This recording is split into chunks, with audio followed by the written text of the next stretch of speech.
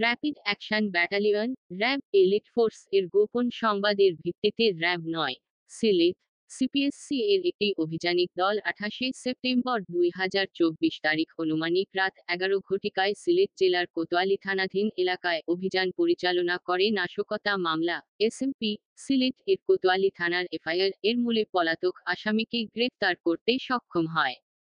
গ্রেফতারকৃত আসামি সিলেট জেলা স্বেচ্ছাসেবক লীগের যুগ্ম সাধারণ সম্পাদক গোলাম কিবরিয়া মাসুক।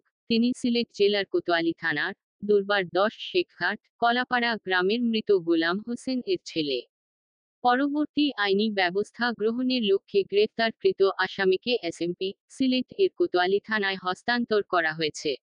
এছাড়াও উক্ত মামলার অন্যান্য পলাতক আসামিদের গ্রেফতারের লক্ষ্যে র্যাব 9 সিলেট এর চলমান গোয়েন্দা তৎপরতা ও অভিযান অব্যাহত রয়েছে।